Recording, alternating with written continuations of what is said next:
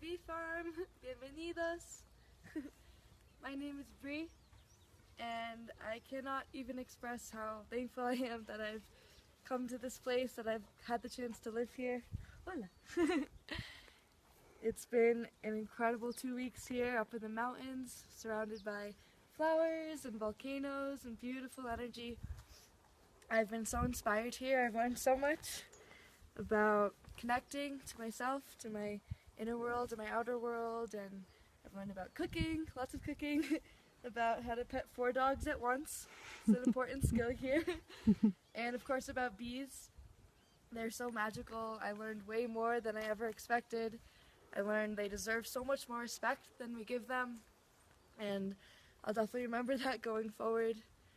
I also learned that when I was able to open myself up to listen to the bees, I also learned to listen to myself, and it was really beautiful, and it's something I'll definitely carry with me after I go.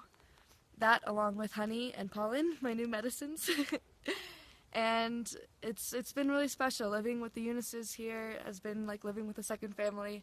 It'll definitely be hard to leave, but I know I'll be back. Yay! Thank you, Bree. Ciao. Gracias por todo. Adiós.